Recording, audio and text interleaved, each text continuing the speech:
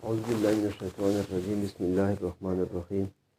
يا أيها الذين آمنوا وعملوا الصالحات سيجعل لهم الرحمن ودا. تاسو موږ مسلمانان یو او موږ مذهب چې شاید اسلام ده. په دې دنیا چې نور ادیان ډېر دي، یهودیت ته، عیسایت ته، څوک دهریان دي، څوک هندوان دي،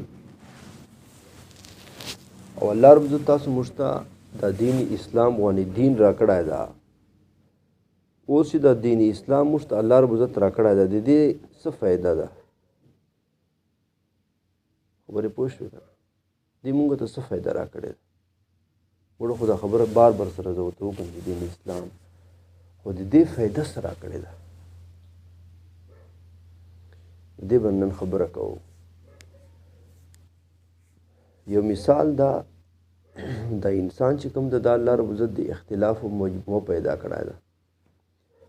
اختلاف و مجموعه مقصد دا چې الله رب عزت انسان ته سترګې ورکړي دي، په دې سترګو ذریعه باندې انسان قتل کوي، نور پورا جسم قتل نشي کولای.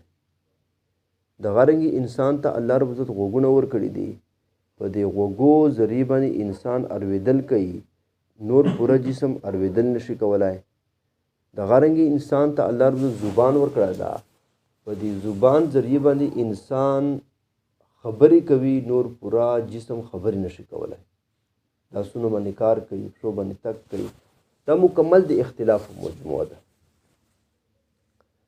اوس تاسو به کتلی وي چې د دې اختلافو باوجود د انسان په سر کې درد راشي نو سترګې جاړي، زبان فریاد کوي، پښې ډاکټر طرف ته تک شروع کی، لاسونو ګولۍ طرف ته لاړ شي، ګولۍ په وخوري په لاسو ذریعه باندې انسان. خو دا سترګو کله دا خبره نه ده کړې چې یاره دا خو د سر مسله ده، سر پرابلم ده، زه ولې وجاړم، ما دې سره کوم څومه ده.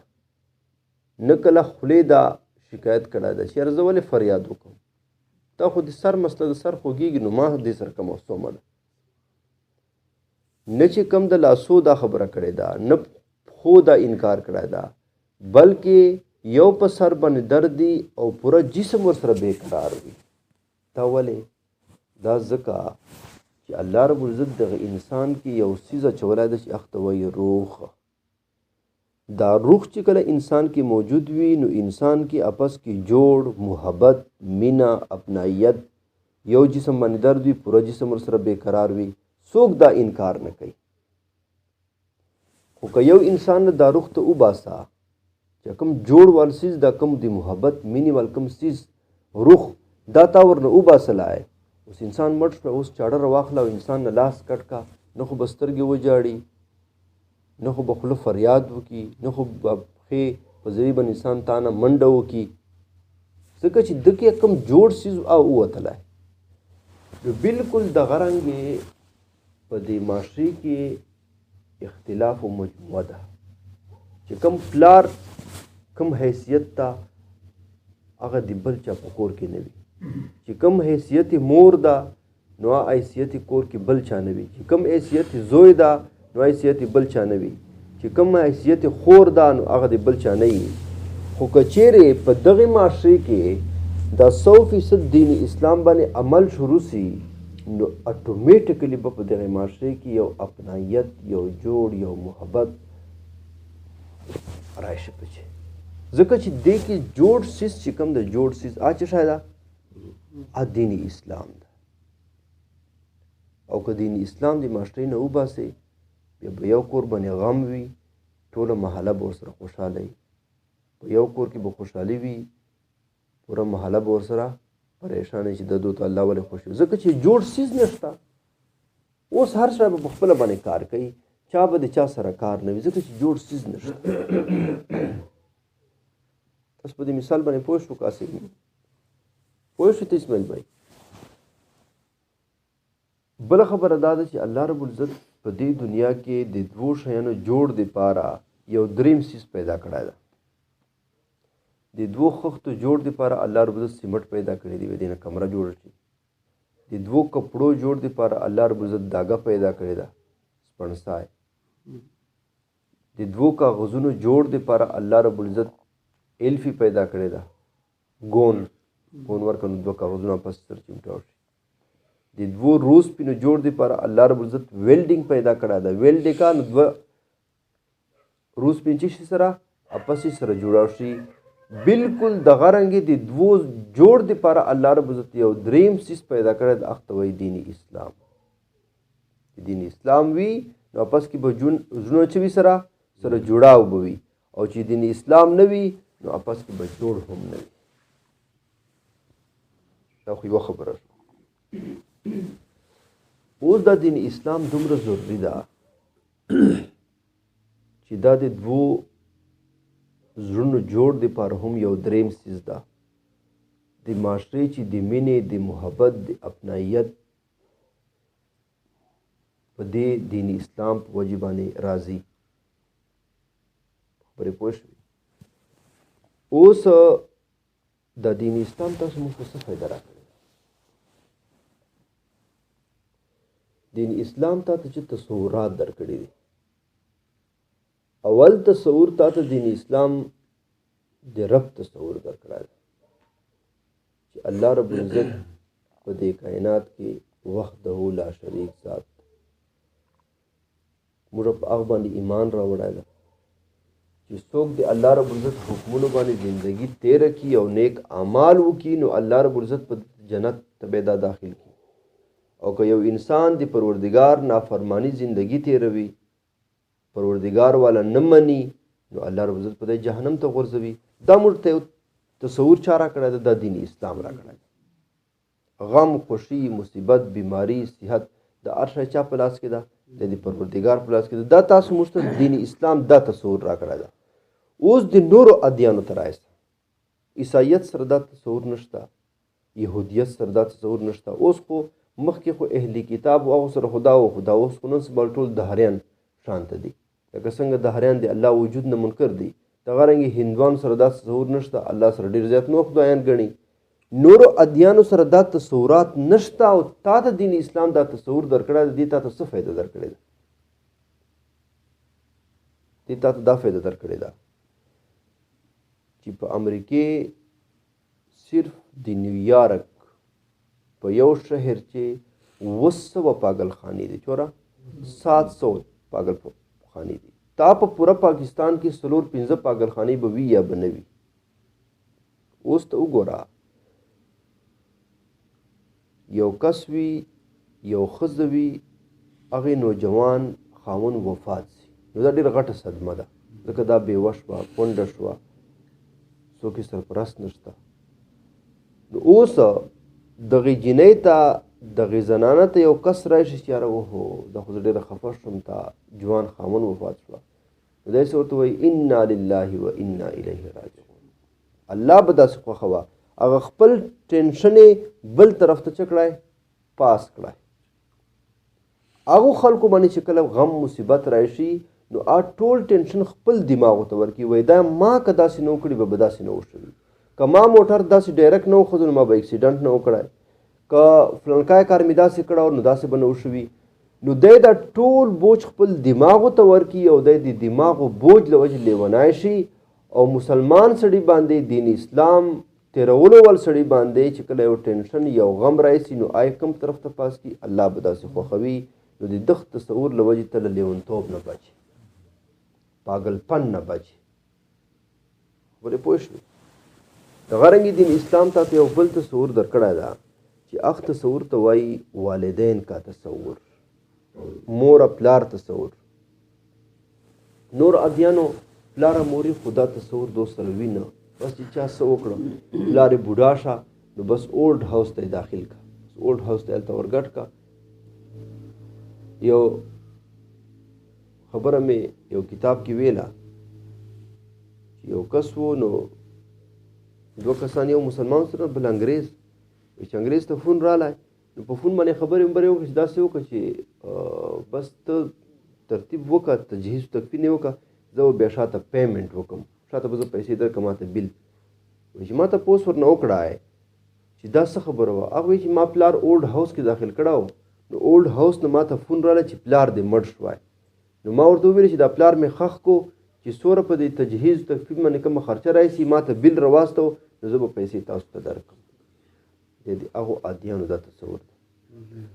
څه ټیم مخکې یو خبره امریکې کې د ښځې د زوی او د مور اپس کې یوه مقدمه عدالت ته وړه.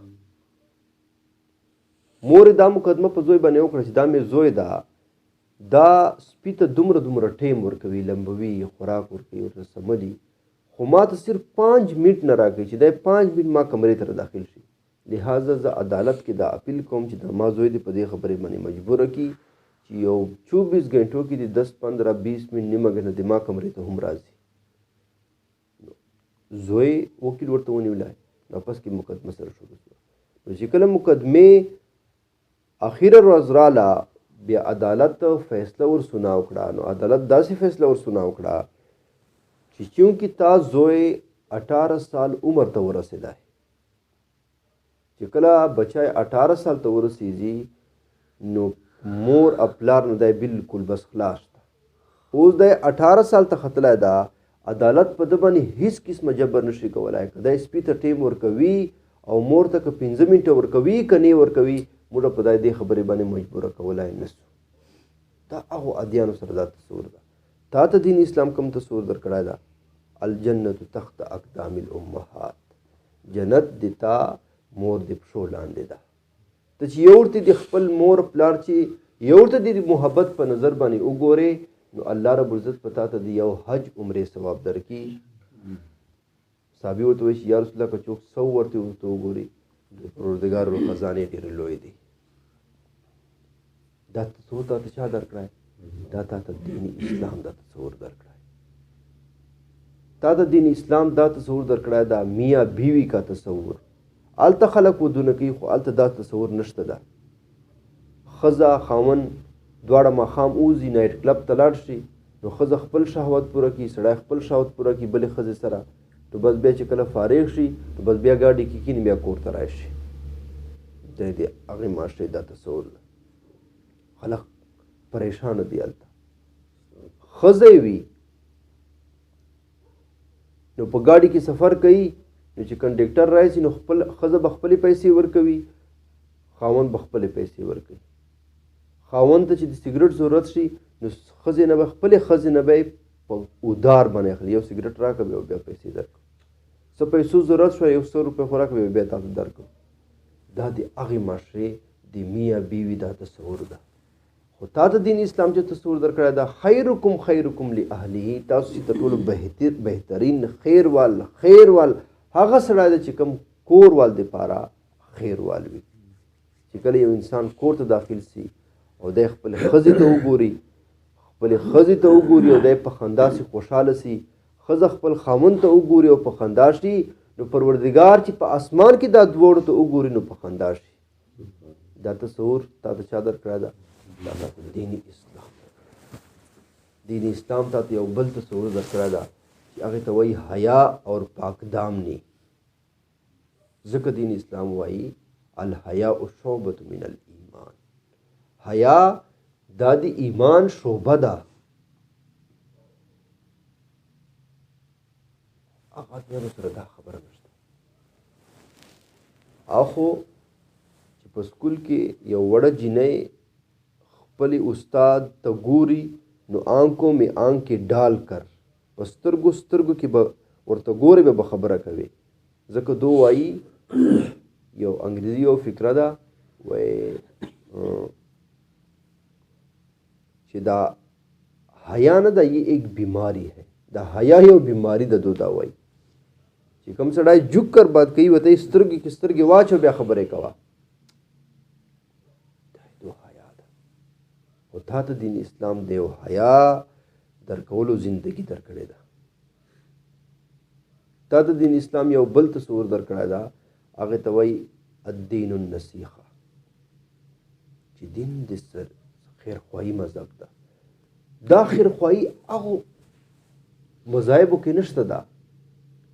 ځکه امام اعظم امام ابو حنیفه رحمه الله باري کې راځي چې یو ځلې وختي دکان بند کړای، کپړې دکان یې چا وتی چې حضرت ته خود تخټې منې دکان نه بندوي، وای دکان مې ځکه بند کړای چې نن لږ کې وریځ ده او د وریځې په وجه باندې ګاک ته دا صحیح پته نه لګېږي چې یاره کومه کپړه 1 نمبر ده او کومه 2 نمبر ده.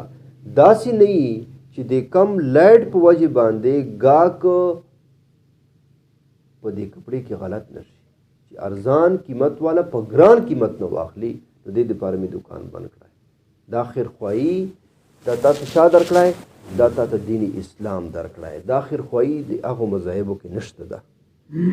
دین اسلام تا ته یو بل تصور درکړی ده چې هغه ته وایي قرباني ایثار.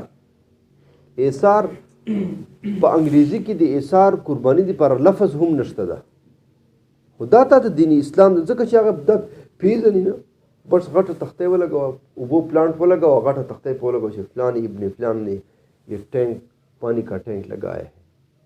قربانی خو نشو کړه، نام نموس شو. دین اسلام تا ته دا تصور درکړی ده او پورا روی زمین چې داسې مثالونه چوک نسی پیش کولای لکه څنګه جنگ کې یو صحابي اخیر سلګېدي او الغطش اوبه راکو بل یو اوبه چې ورمخته کړې په دې کې بل صحابي ورته چې الغطش زه تر رایم نو د خپله خوله بنده کړه او په اشارې باندې ورته ویل چې بل تاول اوبه ورکړه.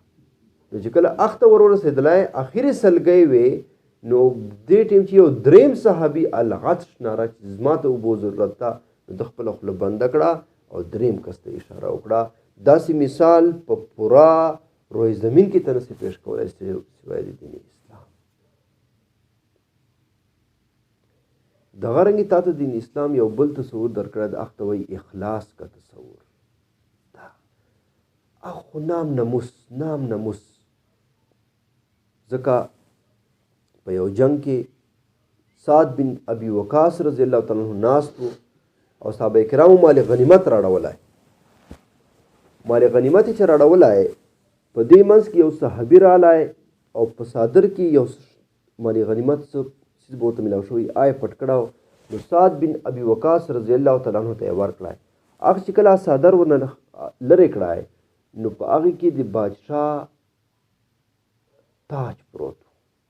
دومره قیمتي تاج و چې دا صحابي چې کوم راغلی دا شخص غریب و، په کپړو په جسم کپړو کې پیوندونه هم و چې که دا تاج د پټ کړه نو چاته پته نه لګېده او پوره زندګي به یې ښه په تېره شوی. یو موتی خرڅ کړه نو یو موتی قیمت خو بادشاهانو سره و. نو سعد بن ابي وقاص رضی الله تعالی عنہ ورته ویل ای نوجوانه تا نام څه ده؟ دا خو تا پټولی هم شوی.